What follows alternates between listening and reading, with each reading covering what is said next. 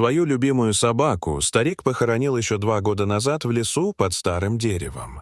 Очень горевал он по своему другу и часто навещал его могилку. Старик когда-то работал в этих краях лесником.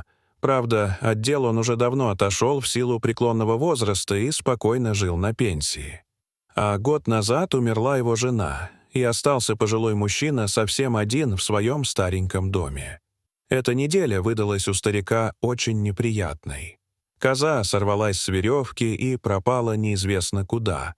Оставалось одно идти искать животное в лес, если, конечно, она еще жива. Старик даже представить себе не мог, чем обернутся эти поиски. Идя по знакомой тропе, мужчина увидел что-то белое недалеко в кустах. Старик уже подумал, что нашлась его беглянка, и поспешил к ней, но вместо привычного козьего крика в ответ он услышал тихий, жалобный вой. Медленно раздвигая кусты, мужчина увидел небольшую собаку около дерева. «Что же ты тут забыл, дружок?» — спросил вслух мужчина, но ответа не последовало. Подойдя ближе, старик понял причину, по которой животное находится здесь. Пса привязали к дереву. Старик снова начал закипать. «Да что ж, за несправедливость то творится на белом свете. В мире бардак, даже в лесу бардак. Как можно взять и привязать пса к дереву?»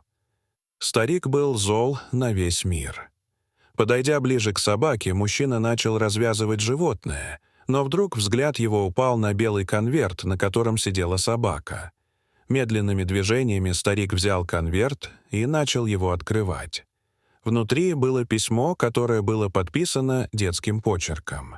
Руки мужчины затряслись, и он начал читать. «Здравствуй, добрый человек.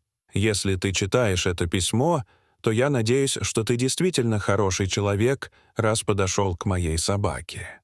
Мне ничего не оставалось делать, кроме как совершить этот поступок. У нас проблемы в семье, и мой папа постоянно пьет, ругается с мамой, а потом вымещает злобу на нашей собаке. Я не смог больше на это смотреть и решил защитить пса, поэтому отвел его в лес.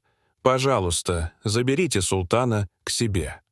Старик пустил скупую слезу. Последний раз этот суровый человек плакал еще в раннем детстве. Ему было жалко незнакомого мальчика и его собаку. Он с ужасом думал о том, что мог бы сегодня не найти султана, и бедный пес бы остался в этом лесу навсегда.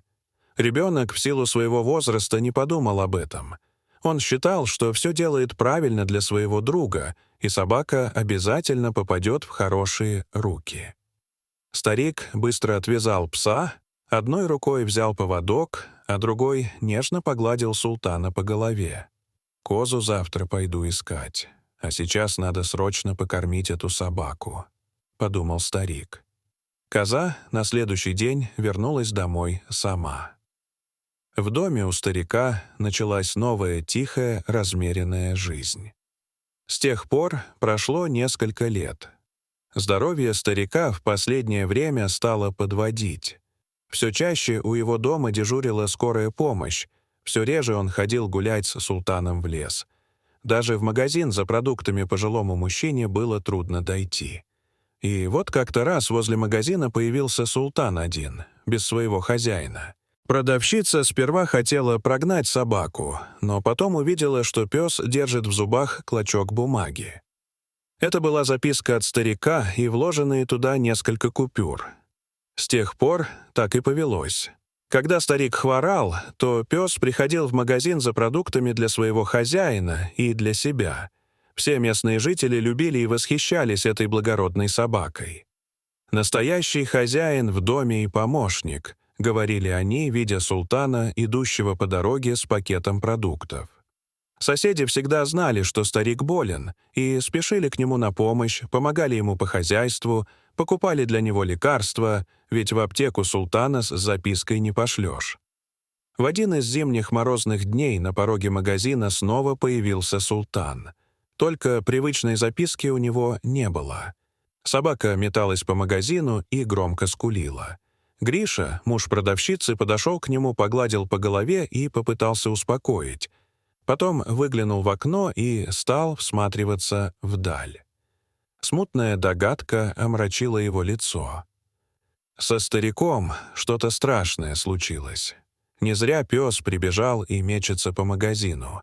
И свет не горит в доме у старика, и дым из трубы не идет. А на дворе мороз. В душе была паника. Супруги переглянулись и, не сговариваясь, бросились на улицу к соседу. Султан бежал впереди, как будто показывая дорогу. На кровати лежал старик и совсем не двигался. Вера бросилась к нему, схватила руку, стала щупать пульс. Распахнула одеяло, приложила голову к его груди. «Сердце слабо, но стучит. Приступ у него», — закричала Вера. «Срочно вызывай скорую», — скомандовала она мужу, а сама начала оказывать старику первую помощь. Скорая приехала быстро, и старику помогли, хотя в больницу он ехать отказался. Он боялся оставить султана одного, ведь сегодня тот спас своего хозяина от смерти. Гриша, увидев эту сцену, почувствовал, как его сердце сжалось. Он не мог позволить старику остаться одному в таком состоянии. Старик медленно кивнул, в его глазах появилось легкое свечение, словно надежда на будущее. После того, как супруги убедились, что старик находится в безопасности, они помогли ему сесть на диван и принесли лекарства. Они остались с ним, пока он не почувствовал себя лучше. Теперь у него были не только султан, но и новые друзья, которые заботились о нем. В доме снова зазвучал смех и разговоры, а разрыв между поколениями начал затягиваться. С тех пор старик стал реже оставаться один, а его жизнь вновь наполнилась светом и теплом. Султан, верный друг, всегда был рядом, а Гриша с Верой заботились о старике, как о собственном дедушке. Они привели в дом радость и заботу, а старик стал символом маленькой, но крепкой семьи в этом тихом уголке леса. Дорогие зрители, что вы думаете об этой истории? Расскажите, пожалуйста, в комментариях. А если вам понравилось это видео, то ставьте лайк и подписывайтесь на наш канал. До свидания.